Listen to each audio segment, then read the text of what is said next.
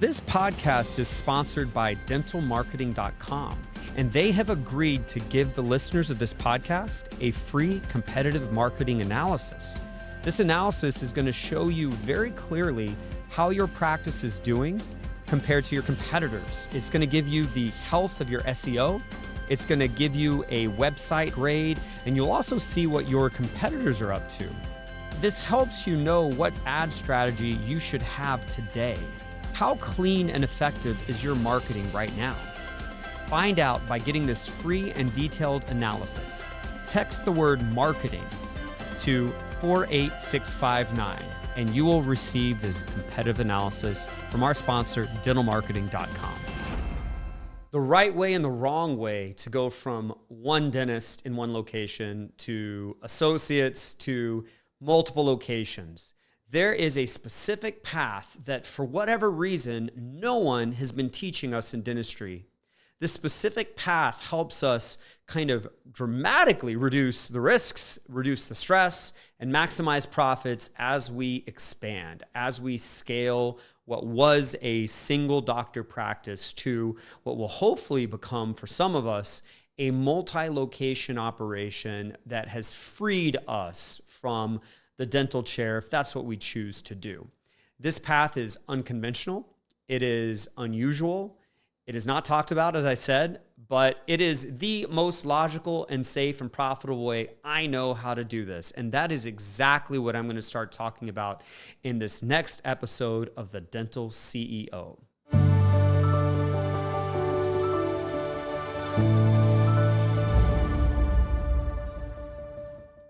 All right, so we got to dive into this because I am just seeing way too many successful dentists pile on layers of shitty stress and eroded profits when they go from one dentist to having associates to having multiple locations. So many dentists are disappointed in kind of the profitability of the result of adding associates. And if we were honest with ourselves, after we've added associates or after we've added another location, are we really more free time-wise? Are we getting that kind of freedom that we sought to take time off or to not work as many days? Do we have the freedom we were hoping to find and maybe the camaraderie we're hoping to get when we add dentists so that they are also carrying part of the load or the weight of our organization? Are we that free? Did we make more money? I think a lot of us, again, if we're honest with ourselves, a lot of us would say, you know what, that was what I was trying to do. But where I'm at now is I've struggled. I've struggled finding an associate dentist. I've struggled having ones that were good leaders, that were mature, that were maybe delivering great clinical care to patients. I've struggled finding ones that patients want, that employees want to work for, or maybe I've found someone like that, but I struggled to keep them. And in order to bring on this dentist, I've had to increase my costs. And when I lose this dentist, I have to increase my working hours until I can find the next one. And gosh, if I added another location, I've also gone into debt more. I've now had to manage across multiple places, even though I can only be at one. Maybe I've had to manage now more dentists that I've had to find and had to retain and maybe had to replace. And all of this can kind of spin out of control. You know, from the outside looking in, you look at these dentists that have gone from one to multiple and it looks successful. It looks like they're on top of it. It looks like they've got this clean, well-operating organization that has kind of expanded, and now they don't have to be the dentist every day. And they're just bringing in the excess profits that have given them a whole new lifestyle that they've always achieved. And we admire that, and we say, wow, that is the life. But I think if you were to pull back the curtain and look at what's actually happening is these organizations are struggling with profitability. They're struggling to just keep a clean set of business systems. They're struggling to find enough employees to expand, and then they're struggling to retain them. And at the end of the day, when the problems come, the owner dentist who is trying to get free that owner dentist is actually more handcuffed to the business because the owner has to put in the extra work and fill in the gaps and lift the weight to kind of keep this bigger, heavier operation going. And that is because they've taken a path to go to multiple that doesn't make a lot of sense in my opinion. So I want to go into what makes sense. And this probably needs to be a whole series of episodes because this is a really big topic. And it's something that, I do talk about in several of my courses. I teach one course on how to have multiple locations. And I teach a whole different course on how to be a really powerful and effective CEO. And in both of those courses, we go into the depths of this. But I definitely want to start going into some of those depths today on this episode. So let's back way up and say, okay, what is a smart way to expand? And I'd like to start off by saying we don't want to expand on a broken foundation. And you know that. You know we shouldn't expand if what we have isn't healthy. But I want to change the benchmark of what we call healthy. When I look at a healthy foundation on the business side in dentistry, first and foremost, healthy to me, first and foremost means really large profit margins. And that's, of course, assuming, we're always going to assume that patient care needs to be great. So as I talk about, the business side on this episode, let me just be very, very clear. I'm never going to expect or accept any sort of dramatic dip in patient care. So patient care has to be healthy no matter what. If it's not healthy, it's not going to work. It's not the right thing to do. But I'm going to assume for this episode, patient care is going to be healthy as we expand. So when is the right time to expand? What should we expand? What business models should we expand? And I'm going to say, first and foremost, it needs to be a model that has very high profit margins. Well, but the reason for that is as we expand, we add risk. We actually add downward pressure to our profit margin. You'll see that, really well-run solo practices with one dentist owner can have huge profit margins. And you compare that to DSOs that have hundreds of locations, and those profit margins are not nearly as big. As we expand, we start adding risk on the profit because a dental associate, they don't produce as much on the same patient base. They don't produce as much with the same amount of staffing and the same amount of marketing and the same amount of rent. And so as we add more and more associates, we start having margin erosion because with the same cost from the new location, we have less production coming in. Of course, that's a really big generalization I just made because obviously there's situations where we add a dentist and all of our costs aren't going up. And even mediocre production could help increase our profit margin. We're going to get there. But right now, I just want to have this kind of general concept that says, as we expand, we will have added risks to our profit margin. So because of that, we want to make sure that we have a really big fat profit margin before we take on the risks of expansion. So what does that look like? A big profit margin. It probably does not look like a solo dentist that is taking every insurance plan under the sun and has low fees. It probably does not look like a solo dentist that is spending, more than 25% on staff costs and spending more than 4% on equipment, supplies, more than 5% on lab. It probably does not look like a solo dentist that is having, more than 60% overhead. And ideally, we'd be more like the 50% or less overhead mark. So, how does that change our strategy? Well, if you think now where you're at and you're thinking to yourself, I'm thinking about adding an associate. Why is that? Why are you thinking about that? Probably because you're really full. Your schedule's full. Your time is full. Like your mental ability or capacity to keep up with the company's full. Like you're full and you're wanting to expand because that fullness is adding pressure to your life and there's the opportunity maybe to get bigger and hopefully get more profitable and more free. So you have this full schedule potentially, and you're saying to yourself, okay, I think I want to add an associate. I would like you to pause and say, well, that's not the only option in front of you. yes, of course, adding an associate expands your capacity in your schedule.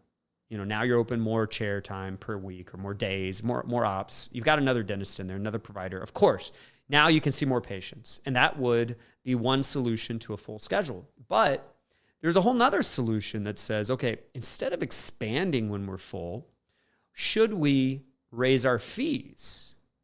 In essence, not see all of those same low fee in-network patients that have caused us to be full. Like the restaurant that has modest prices on their food and now they're booked out a month. Should they open another restaurant, or should they raise the prices of their food so they're only booked out a week instead of a month?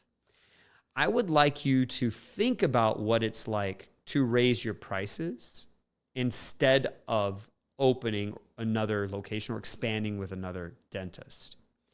If we said in the beginning preparation phases of bringing on another dentist, we are going to drop the lowest paying plans first. What'll happen is, instead of being booked out a month, now we're booked out maybe a week, and all of our fees of being fully booked out are higher, significantly higher, maybe. So we were booked out the old way with low fees. Now we're booked out the new way with high fees. So our margin, our profit margin has dramatically increased. Another analogy is like, okay, let's say I own a barbershop and I've got 2 or 3 chairs in there, but I'm the only barber in there. And I charge a modest amount for haircuts. And man, I'm booked out. Should I bring on another barber? Well, if I do, I can't raise my own fees because the volume of customers coming in, I need to have enough customers coming in to go to the new barber. And now that new barber may not cut hair as good. They may not treat people as well. They may not even stay. And if they do all of that, I still got to pay them. Had I just cut the hair, I get to pay me. So what I'm saying is, okay, instead of adding another barber now, let's raise the fees for our haircuts first so that our margin's really, really big, so that we can take on the added risk in the future of the second barber.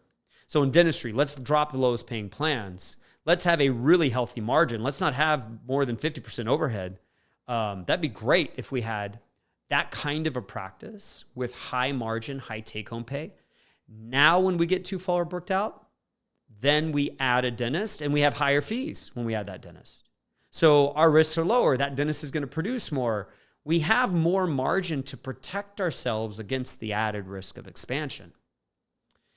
When I say more margin, the dentists that I coach, almost all of them, after implementing things like this, are well below 50% overhead.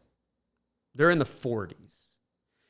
And what's interesting is that these are typically smaller setups, smaller practices. They have just gotten good at filling their schedule so that they can drop the plans. Well, let's go off on a little tangent here. What does it mean to be good at filling a schedule? Where does the dentistry that lands in our schedule come from? It obviously comes from how many people we bring in. But those aren't just new patients. Those are also retained patients. And it also comes from how much do we diagnose, and it comes from how often people say yes to what they need. So patient flow and diagnosis and case acceptance, but each one of those things have ingredients that make them even better. Like what makes patient flow better? Well, how much we spend on marketing makes it better, or how effective our marketing is, or are we answering more calls and missing less calls? That makes it better. Or do we have policies in the practice that encourage patients on the phone to schedule more? Or do our words cause people to schedule more? All of those things mean more dentistry gets on the schedule. And so as we become masters of the operation side of a practice, we end up with more dentistry falling onto the schedule, which fills the schedule harder and farther, which allows us to drop insurances so that our fees are higher, so that our margins are higher. So now our overhead is below 50%. Okay. Well, if our overhead's below 50% and we're still getting too full because we become masters at the things that fill our schedule, now let's bring on that associate. That associate gets the benefit of higher fees. Our practice has fatter margins, so we're protected against any sort of, unexpected fluctuations of our profit by adding that associate and adding the one or two dental assistants and the one front office person and eventually the one hygienist we have to add and all the supplies that associate uses and the lab fees. All those costs the associate brings to the table, we're protected against because we've got that higher margin. Now, what if we keep adding more associates? We're adding another location. How do we make sure that the owner's take-home pay remains high and that there comes a trigger point where the owner is free time-wise? I'd like you to think about a strategy that says our owner is going to do bigger cases and more of them as we add dentists and locations. So what we don't want is the owner to still be a regular general dentist as we add more dentists and more locations. We don't want the owner doing fillings and crowns all day and hygiene exams all day. That, while of course it's possible to do that, that's not a smart financial strategy. What we want to do is we want to have it to where the more dentists that are in this organization, whether it's one location or more locations, the more dentists, the more associates we have, the more the owner becomes like a specialist. So that the owner's production comes from procedures that the associate dentists aren't competing for. And that the owner is able to do a lot of dollars with less hours working compared to if they were a general dentist. So what this might look like is, when I have 2 or 3 dentists, only the owner's placing the implants, only the owner is doing the Invisalign cases, only the owner is doing Botox and sleep apnea therapy cases. I'm just making a list up, but all of these things I'm listing are higher dollar procedures, higher dollar per hour that are not in the regular scope of being a general dentist or an associate general dentist. If we can funnel those procedures to the owner is able to go from working full-time to less than that, to part-time, to maybe only 1 day a week, and their production should not go down. So, maybe they were producing $400 or $500 an hour as a general dentist, working, 30 hours a week. And if we can get them to just work, 10 hours a week, but they are doing $1,500 an hour, then the production stays the same. And that production that they're doing is another protection against the risks of expansion. And not only that, I want to kind of plant a little seed here. What if a practice without the owner doing any dentistry was breaking even and maybe making a little bit of profit? So I have maybe 1 or 2 locations. I've got, 2 or 3 associate dentists, and the associate dentist doing general dentistry every day and hygiene exams. They're doing all the dentistry that we see. All of that is paying for the bills of the practice. All of the bills of the practice, the bills of the staff, the rent, the utilities, the loan payments, the supplies, everything. Everything is paid for by these associate dentists, including their own pay as well. In other words, without the owner working, the practices are at least breaking even because there's associates there doing dentistry. You understand that. I just want to be very clear what I'm describing here. So that's a situation we have. All right, well, what if in that situation, there's a little bit of open chair time still left? Maybe on Mondays, there's 2 chairs in practice 1. And on Wednesdays, there's 2 chairs in practice number 2. And they're open Mondays and they're open Wednesdays. So we already have a receptionist. We already have a treatment coordinator. We already have, all the staff there on those days. There just happens to be a couple empty chairs. What happens financially when an owner uses those chairs? That owner doesn't see an increase in the cost of rent. The rent was already paid for. The owner doesn't see an increase in cost of marketing. That was already paid for. Utilities already paid for. Security services. Like, the owner's not hiring another office manager or another receptionist. That was already paid for. In other words, the owner's micro practice that is using those empty chairs doesn't have that overhead. The only overhead associated with the owner's micro practice using the empty chairs would be materials costs, maybe the cost of a dental assistant if we're not already using the dental assistants that were employed. But typically, we're already using those assistants. Typically, the added cost of the owner's micro practice is purely in materials costs, which is maybe max 10% of what that owner's producing. So what I'm trying to describe on this kind of tangent here is if we can set up an organization where we have some empty chair time and all of our bills are paid for by associate dentists, then that owner can come in, build a micro practice that only has like 10% overhead, 90% take-home pay off of the dentistry they do. So let's say that owner is working 2 days a week. I'm pulling out my calculator right now. The owner's working 2 days a week, and they're doing just bigger cases.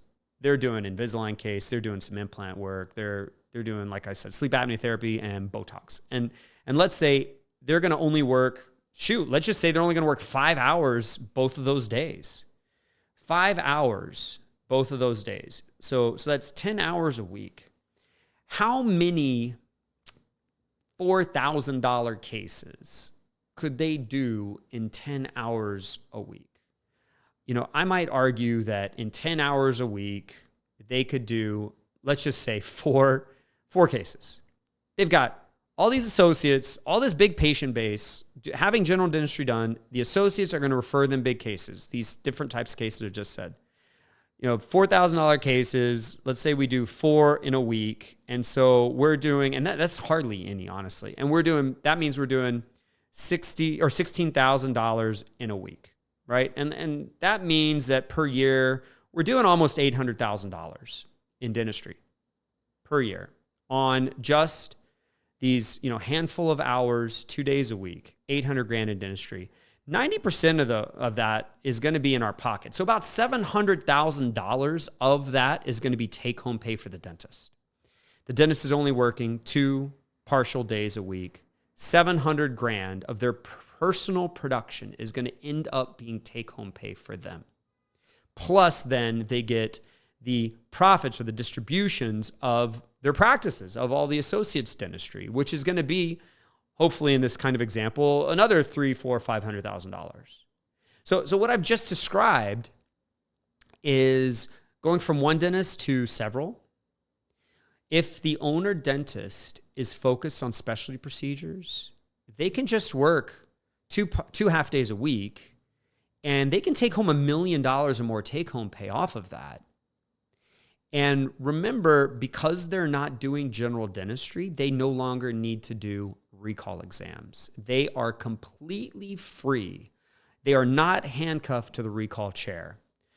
So that means that they can set their own schedule how they want. They can take a week off. They can take 3 weeks off. They can take a month and a half off. They're not having to cover any of the recall base. They are only coming in to be the surgeon they are, or to be the facial aesthetics person they are, whenever they decide to go in. This is, for many of the people I coach, this is their end goal, actually. Their end goal is to still be involved in dentistry on a very part-time basis and take home a lot of profit and grow a multi-location organization that they can one day sell and, get a lot of equity out of. But between now and the day they sell, take home at least $1 million take home pay without having to be handcuffed to the recall chair. This sounds like a dream, but it's a reality. And it also happens to be the path, I think, that makes complete logical sense for the entrepreneurial dentist that wants to go from one location to 10. That journey from 1 to 10, I want you to become a millionaire every year on a very part-time schedule doing specialty cases so that you can take that million and it's de-risking you from the cost of expansion. It's helping you get funding for buying the next practice. You can also have this part-time schedule so that the rest of your time that's not in the chair, you can focus on the growth of the organization. You see, going from 1 to 10 would be really nice is if we're so profitable, take-home pay-wise, that we can keep getting more loans and we can keep funding any sort of dips as we grow. And going from 1 to 10, it'd be so nice if we only did dentistry, 2 half days a week, so we can spend the other 8 half days per week, if we had to, building this company that could someday have a life-changing financial event for us because we're going to, let's just say, 10 locations. So if I kind of back up a bit and try to paint this picture for you in a little better way. Well, the wrong way. Let's start with the wrong way. The wrong way says, I'm a general dentist with 1 location. I'm the only dentist in there. I own it. And I'm busy. I'm getting burnt out. I'm too far booked out. I take a lot of insurances. And now, this is the wrong way. Remember, I'm going to expand. I'm going to add an associate dentist. I'm going to add another one. I'm going to hopefully add another location. And what will happen is my margins will feel so much pressure that at some point I start losing money in 1 or more of the locations. And I'm stretching myself so thin. I'm still having to be a general dentist 3 or 4 days a week to try to keep my money up enough where it's hopefully been, but now I don't have enough time to build this organization. The systems aren't clean. I can't retain the people. I'm not ahead of the problems. And I get to this breaking point, which might be 3 locations. I'm not making more money. And I might fantasize about the life I used to have when it was just me with a small team with good profit margins and I wasn't burnt out so much. That's a bad way. Another way that I'm trying to make this episode about says, hey, I'm this dentist, I own my own practice and we're really booked out and I take all these insurances and I'm starting to get kind of burned out. I need to reset the path so that I end up with high take-home pay and very little time. And the way I'm going to do it is I'm going to first get high margin by dropping the lowest paying plans. And I'm going to become a master of the things that push dentistry into my schedule. I'm going to become a master of marketing and phones and retention and diagnosis and case acceptance. Once I've done that, I now have a high margin practice and I'm going to expand and I'm going to start adding a dentist or adding a location. But as I keep adding another dentist, I will do more and more specialty procedures and I will flip the switch in this journey and then only do these specialty procedures. And I'm going to do them in a way where I'm not having extra cost. I'm building kind of this micro practice that is using the overhead, the facility that's already been paid for by my general dentist. And now I end up in this situation with really, really, really high take-home pay and very little time clinically that I have to dedicate to the organization. That now puts me in a position of power. High take-home pay, little time. Now I'm in a position of power. I'm going to use the rest of my time and that excess take-home pay to now push into the growth of my organization. The take-home pay is going to allow me to get more loan money to buy more locations. It's going to give me a buffer so that I'm protected and conservative financially as I expand. And all that extra time is going to allow me to focus on the foundational health of my organization as it grows. As it has extra weight it's got to hold, I'm going to make sure that foundation doesn't crack and break away because I have the time to be that CEO. This, to me, makes a whole lot of logical sense. Let's not expand until we have free time and free money. How do we get free time and free money? By becoming a specialist in a way in a micro practice within our organization. Okay, well, how do we get to that point? Well, we better do it with lower risk because to go from 1 to few is a really risky time period. So let's not take on that expansion until we've become masters of the things that bring dentistry into the schedule and we've got very healthy profit margins. And I think if you use this episode and kind of this initial introduction that I'm giving you as a framework of how you might reverse engineer your career, what'll happen is you will get to a point where you don't have to add more people to have freedom. You don't have to add more locations to achieve your life goals, but you can add more locations and not break your life. And that I think is a really big statement. If you do this the right way, you will have enough time and money that you won't feel the need to keep growing because you've solved problems differently. You'll also have enough time and money that if you do grow, it doesn't break you. It doesn't break your life. Compare that to the way most people do it. Most people do it where their organization better grow because they can't see a way to have more time and money without growth. And the growth itself steals time from their life and it can break them financially. That doesn't make a lot of sense. That is why so many small businesses, including dentists, start failing at location 2 and 3 because the founder has just had to white knuckle the hell out of it, bleeding from the knuckles, trying to lift it all up and stretch themselves across all these locations. And they're still the damn chef in the kitchen in all these locations having to cook the food while also having to be a CEO. That's not a smart way of doing it, in my opinion. So let's try to get on this model. So I hope this has started to get your wheels turning a bit. If you can get to the point where your schedule is too full, then you have the power to raise fees. And after you raise fees, your schedule lightens up. I mean, all those Delta patients that you just dropped go away. So you end up with a bunch of holes in your schedule. So then, and which is fine, financially, you're still making as much or more, but the way your schedule looks is it's more open. So now we got to fill that schedule. So that's where you become a master of the things that fill the schedule. And I want to review that again for you. What does it mean to be a master of the things that fill your schedule? It means, are we doing the right kind of marketing with the right company? All of you know the company I use, dentalmarketing.com, but are you using the right company? Are you doing the right kind of marketing? Then, are you spending enough on that marketing? Then, are we answering the damn phones? Or are we like the national average where we miss about a third of our calls? No, we can't do that. We have to become a master of that. Are we answering our phones? And just answering them isn't enough. Are we converting those calls we answer into scheduled appointments? That's done with the right policies in the practice and the right words used on the phone. If we do all of that, we get the new patient. Okay, but just because we got the new patient doesn't mean we're done yet. We also have to retain that patient. Are we reappointing all of those people? That gets us patient flow. All right. Now we got these patients, they come in.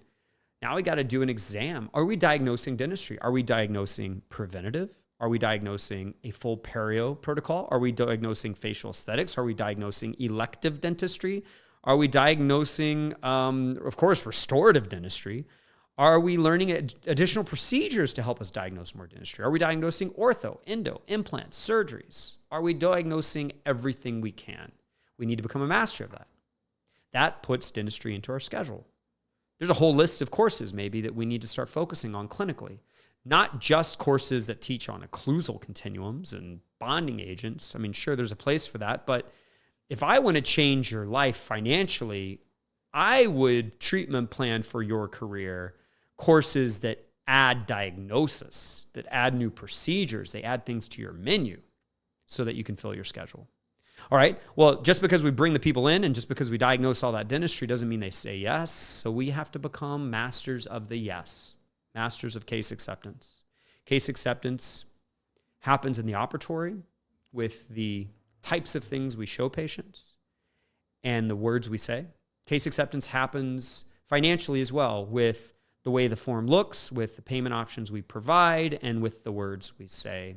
And if they say yes, there better be a spot in our schedule to put them, which brings us to, should we drop insurances? Should we expand? All right. So this was an introductory episode. I wanted to kind of just plant the seed here, get you thinking. Maybe now's not the right time to add an associate. Maybe right now is a time you should learn how to do implants or drop delta or get your overhead under control. Maybe your assumption of wanting to have lots of things and locations and dentists, maybe that's a right vision, but maybe now you are thinking about a new way of getting there. Or maybe Maybe your goal is just to be that pseudo specialist, and after you can just work 2 days a week or 1 day a week and take home $1 million take home pay. You don't want to expand any more than that. You just want to live out the rest of your career that way, in that highly lucrative, pretty straightforward jog of a marathon that we call our career. I don't know, but this is all very interesting. It's insanely important when we think strategically about our career and about some of these decisions that I feel some of us are just recklessly making with assumptions that don't make a lot of sense. I hope this was informative to you on the Dental CEO podcast. We are going to wrap up this episode. Please, if you haven't subscribed, please do so that you constantly get notifications of every time we have a new episode. Also, post a review if you can, spread word if you can. I want to make this as valuable as possible. I want this to change your life, change your practice. I want others hearing this stuff as well. So please help me in this mission. Get the word out. There needs to be a new way we talk about the business of dentistry, that we don't hold back and we just say it like it is, and we talk about the things that people aren't talking about. And that is what I want to do with this. And I want you, if you can, to help me with that mission. Until next time on the Dental CEO Podcast.